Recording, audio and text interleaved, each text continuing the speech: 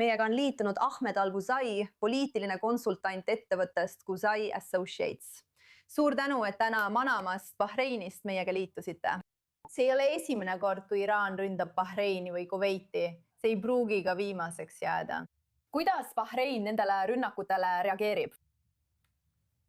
Peale ametlike avalduste, mis mõistavad need teod hukka, ei ole me toimuvaga rahul.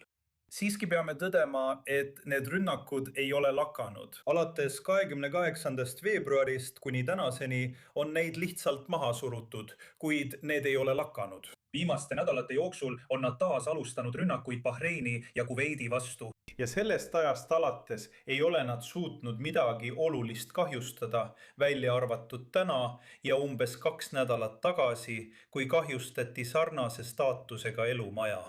Ja mida oleks vaja siin muuta, et Bahrein hakkaks Iraani rünnakutele tugevamalt reageerima või muudaks oma vastamisviisi?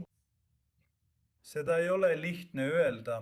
Kogu piirkond, samuti ka Pärsia lahe piirkond ei ole stabiilne. Mõned tegurid, sealhulgas ebaselgus rahvusvahelises seisukohas selle suhtes, mis Pärsia lahe piirkonnas Iraani suhtes toimub. Ja muidugi isiklikult ei ole ma isegi selle vastastikuse mõistmise memorandumi pärast elevil. Selle tingimused ei ole selged. See ei ole selge ei täitmise ega siduvuse osas, sest me oleme näinud, et rikkumiste olemus ei muutunud ei enne, ajal ega pärast vastastikuse mõistmise memorandumi allkirjastamist. Aga kuidas on lood inimestega Bahreini tänavatel? Mida me neilt kuuleme? Milline narratiiv seal esitatakse? See ei ole meeldiv. Peame siin ausad olema. Inimesed ei ole rahul. Nad ei ole rahul iraanlastega, nad ei ole rahul sellega, kuidas asjad on. Muidugi, nagu iga muu rahva puhul maailmas, teeb ebakindlus praegu toimuva suhtes inimesed vihaseks.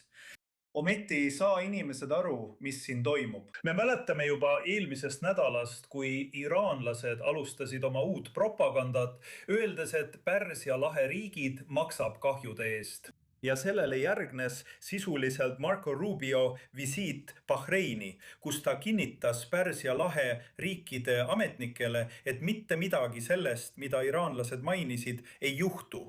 Kuid ebakindlatel aegadel ei ole inimesed kunagi rahul, kui nad ei mõista, mis toimub. Ja räägi mulle sellest USA välisministri Marco Rubio visiidist. See oli vist eelmisel reedel. See on õige. Visiit järgnes vastastikuse mõistmise memorandumi allkirjastamisele. See järgneb iraanlaste pidevatele rünnakutele piirkonna vastu. Mitte ainult Pärsia lahe riikide vastu, vaid räägime ka Liibanonist ja Iisraelist, samuti antud kinnitustest. Üks visiidi peamisi põhjuseid oli anda Pärsia lahe riikide ametnikele õige pilt. Et mitte kõik, mida iraanlased mainisid, eriti, ei olnud midagi, mis pidi toimuma, ei olnud midagi ametlikku ega midagi, milles oleks kokku lepitud. Enamik sellest, mida mainiti, kui mitte kõik, mida iraanlased viimastel päevadel mainisid, on lihtsalt propaganda, mida tuleb müüa kohalikele iraanlastele ja Iraani pooldajatele kogu piirkonnas. Ja teie positsioonil olles, mida te arvate, millised saavad olema järgmised sammud? Mida me võime oodata lähitulevikus ja siis pikemas perspektiivis?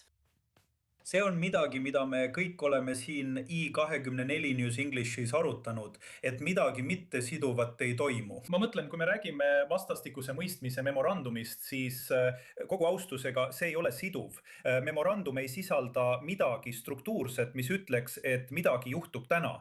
Sest nii memorandumile alla kirjutades kui ka pärast selle allkirjastamist näeme, et midagi ei muutunud. Muidugi, kui me räägime memorandumis sisalduvatest põhielementidest, siis räägime vaenutegevuse lõpetamisest, seda ei juhtunud. Vastastikust austust ei olnud. Samuti sanktsioonid ja varad, keegi ei kannata nende all. Iraani inimesed selles piirkonnas tahavad näha, et nendele kehtestatud sanktsioonid kas tühistatakse või vähemalt leevendatakse, olgu see siis rahaliste vahendite või embargo osas. Me räägime blokaadide lõpetamisest, aga seda ei juhtunud.